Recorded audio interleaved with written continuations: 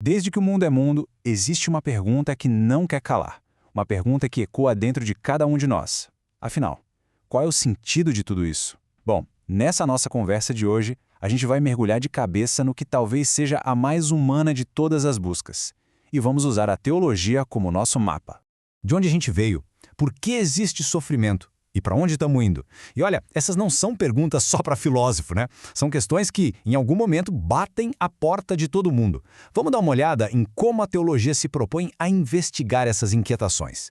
Então, para a gente começar, é super importante entender uma coisa. A teologia, pelo menos nesse contexto, não é um mero estudo acadêmico, distante da vida. Na verdade, ela nasce exatamente dessa inquietação, dessa busca muito humana por respostas. E logo de cara, a gente já se depara com um dilema central, uma encruzilhada. O sentido da vida é algo que a gente conquista? Que a gente descobre com a nossa própria razão e esforço? Ou será que é algo que a gente recebe, algo que é revelado por uma fonte divina? Essa tensão, essa pergunta, vai definir toda a nossa jornada. E o Antigo Testamento apresenta essa busca como se fosse um grande drama, sabe? Dividido em atos. E os nossos protagonistas de agora, Jó e Salomão, eles levam essa busca até as últimas consequências. Mas, como a gente vai ver, as histórias deles terminam com uma enorme interrogação no ar. Nosso primeiro ato nos joga direto na história de Jó, um homem que se torna a própria personificação da pergunta mais dolorosa de todas: por que as pessoas boas sofrem? A história de Jó é pesada. Ele perde literalmente tudo. E a história dele funciona como um martelo, quebrando aquela ideia mais simples e até confortável de que todo sofrimento é um castigo por algum erro. Jó nos força a encarar uma realidade bem mais complexa. E o que a gente aprende com Jó é profundo e bem desafiador. Primeiro, nem sempre o sofrimento tem uma explicação lógica que a gente consiga entender. Segundo, Deus é infinitamente maior do que as nossas formulinhas morais de causa e efeito. E o ponto alto da busca dele não vai ser uma resposta, mas algo completamente diferente. E é aqui, nessa frase, que tudo se revela. O sentido para Jó não veio na forma de uma explicação para sua dor. Veio na presença de Deus no meio do caos. Foi um encontro pessoal, não a solução de uma equação. Ok? Então, se Jó buscou sentido no meio do sofrimento, nosso próximo personagem, Salomão, vai para o extremo oposto. Ele vai buscar o sentido em absolutamente tudo o que o mundo pode oferecer numa vida vivida debaixo do sol. Ou seja, uma existência puramente material, terrena. E o experimento de Salomão foi total. Ele não brincou em serviço, mergulhou de cabeça no prazer, sem limites. Acumulou uma sabedoria que virou lenda, construiu obras que eram, magníficas. Se tinha alguma coisa que podia ser buscada ou conquistada nesse mundo, pode ter certeza, ele foi lá e fez. Ele levou a experiência humana ao limite. E aí, depois de ter tudo, de experimentar tudo, qual foi a conclusão dele? 2 palavras que ecoam até hoje. Vaidade das vaidades. No fim, tudo era vazio, era como fumaça, incapaz de saciar de verdade a sede da alma. Com isso, Salomão nos deixa meio que num beco sem saída. Ele escancara o grande paradoxo humano.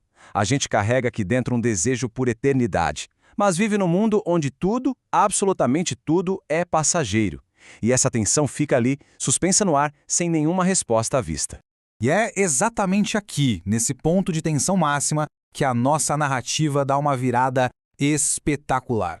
A gente entra na terceira parte que apresenta Jesus não como mais um professor, mais um filósofo, mas como a própria resposta, encarnada.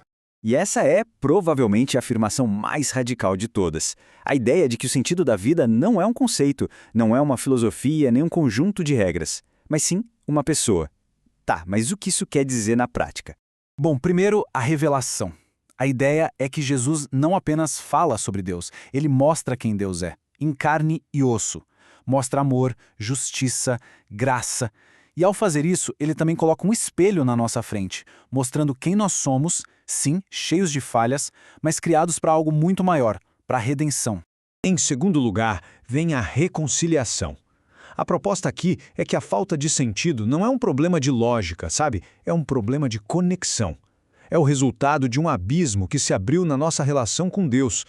Jesus, então, é apresentado como a ponte que atravessa esse abismo, restaurando não só a relação, mas com ela, o nosso propósito.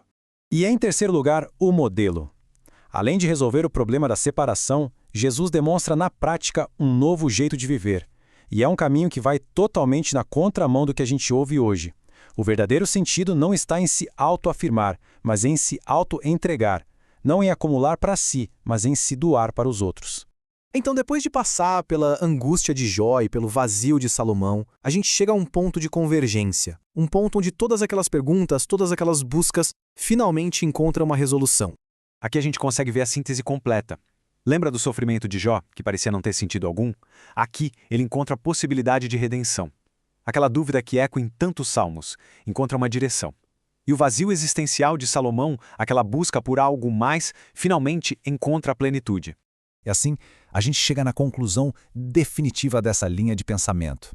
O sentido da vida não é uma fórmula complexa para a gente decifrar, nem um labirinto para a gente se perder.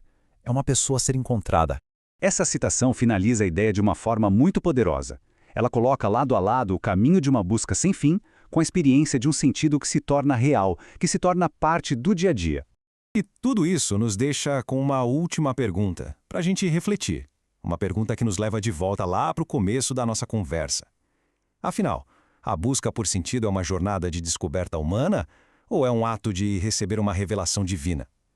A resposta para isso talvez defina a busca de cada um.